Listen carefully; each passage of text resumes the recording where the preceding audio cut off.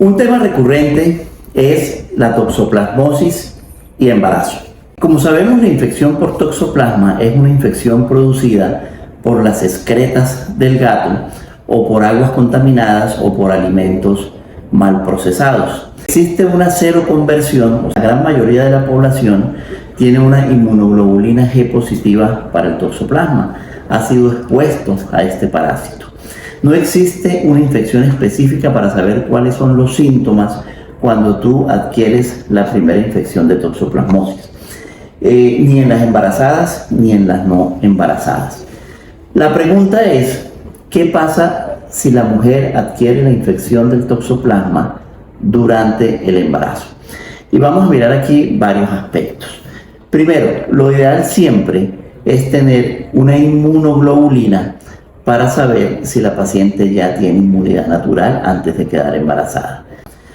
Si la paciente tiene antes del embarazo una inmunoglobulina G positiva, pues ya sabemos que la paciente tiene una inmunidad natural y no vamos a necesitar realizar más estudios, puesto que esta infección no repite y no va a repetir durante la gestación. Pero si la paciente tiene una inmunoglobulina G negativa antes del embarazo, es en ella en que tenemos que hacer un control en cada trimestre para saber que no se va a volver positiva durante la gestación. Y tomar todas las medidas en cuanto al aseo de los alimentos, en cuanto a la exposición a los gatos y todo lo que ya sabemos que pudiese producirle la enfermedad. Pero tenemos otro caso y es aquellas pacientes que quedan embarazadas y tienen una inmunoglobulina G positiva con una inmunoglobulina M negativa. Muy seguramente esta paciente tiene una inmunidad natural, no va a pasar nada. O aquella paciente que tiene unos títulos ascendentes de inmunoglobulina G con una M negativa, pues tenemos que hacer control, porque si estos títulos de IgG siguen aumentando, va a llegar un momento en que la IgM también se me va a hacer positiva y consideramos que hay primoinfección. O si tenemos una paciente que tenía todo negativo y durante el embarazo en sus controles tuvo seroconversión, se volvió positiva. Son pacientes en las que tenemos que dar tratamiento. ¿Cuál es el tratamiento? Espiramicina, 9 millones de unidades en 24 horas, que lo dividimos en 3 dosis, 3 millones cada 8 horas. La concentración de esta espiramicina en el cordón del feto es baja, menos del 50%, pero encontramos que a nivel de barrera fetoplacentaria hay unas concentraciones altas de medicamento, lo cual nos favorece la protección al feto a que no vaya a tener infección por parte de la madre del parásito. Por eso el tratamiento, tan pronto sabemos que tenemos la infección, tenemos que iniciarlo. Pero existen muchas dudas, si IgM, si IgG, si IgA, y si estamos antes de semana 16, recuerda, el gol estándar es realizar un test de avidez para toxoplasmosis. Que si ese test de avidez te da alto, que tenemos una inmunidad, porque el antígeno y el anticuerpo han estado expuestos ellos dos durante más de 4 meses y te confiere inmunidad al feto.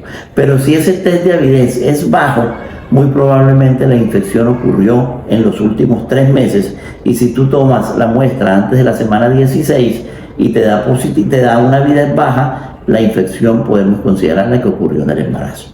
Y ahí, ¿qué debemos hacer? Iniciar tratamiento siempre y mirar si el feto tiene o no la infección. ¿Y cómo lo sabemos? Determinando PCR para toxoplasma en muestra fetal, idealmente líquido amniótico, que es la más fácil de tomar, pero también podríamos realizarlo en sangre fetal. ¿Y qué vamos a establecer? Una prueba negativa de PCR, perfecto, debemos continuar la espiramicina. Pero si la prueba nos sale positiva, entonces cambiamos a medicamentos que nos van a cubrir el bebé, como el Falsidar, pirimetamina sulfadiazina, ácido folínico, y esto nos va a garantizar que el feto no tenga repercusiones después. Cuando tenemos infección en el feto, pues hacemos todos los estudios, ecografía de detalle anatómico, neurosonografía fetal, pero recuerdan, la teratogénesis o los eventos adversos en el feto van a depender del momento de la infección, si es primer, segundo o tercer trimestre. Si yo adquiero la infección al principio del embarazo, pues las secuelas van a ser graves y pudiesen ocurrir malformaciones fetales del sistema nervioso central. Pero si es al final del embarazo, pues las secuelas también ocurren, pero serían más de tipo funcional. Por eso una ecografía de detalle o una neurosonografía fetal normal no te garantiza que el feto pueda estar bien, porque recuerda que aquí hay algo que se llama teratogénesis funcional. Recordemos que el parásito del toxoplasma tiene una prelación por el sistema nervioso y generalmente puede tener latencias prolongadas. ¿Qué quiere decir esto? Que el bebé en su etapa escolar pudiese presentar problemas de visión o pudiese presentar problemas de audición porque el parásito no se manifiesta sino en etapas tardías.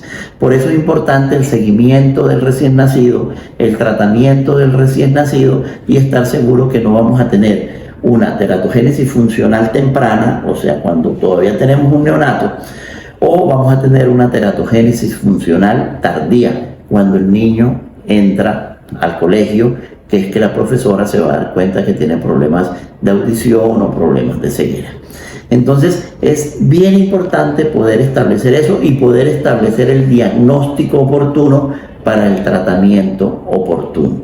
Si tú haces un seguimiento adecuado, si es una paciente negativa, ya sabes, cada trimestre debes evaluar el IgG para toxoplasma, y si es una paciente que tiene inmunidad natural, no le hagas estudios porque a ese bebé no le va a pasar nada. O sea, fue una infección que ocurrió mucho antes del embarazo. Y si es una paciente que se lo convierte en el embarazo, iniciar tratamiento. En todo caso, siempre que tú hagas diagnóstico, tienes que descartar la infección en líquido amniótico o en sangre fetal por una prueba de PCR y tratar de evitar malformaciones. Malformaciones severas en ecografía, la mamá a veces piensa que es que se está comiendo el sistema nervioso central, que están ocurriendo malformaciones severas. Sí pueden ocurrir, pero es poco.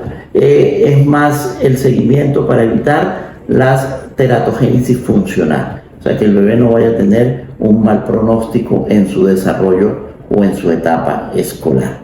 Al toxoplasma no hay que tenerle miedo, hay que hacerle seguimiento, hay que hacer el diagnóstico oportuno.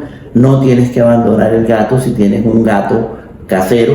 Es más probable que tú te infectes por un alimento mal cocido o mal lavado que por tu propio gato, si es un gato o si es tu mascota. Cualquier duda con toxoplasmosis y embarazos, no dudes en consultarnos.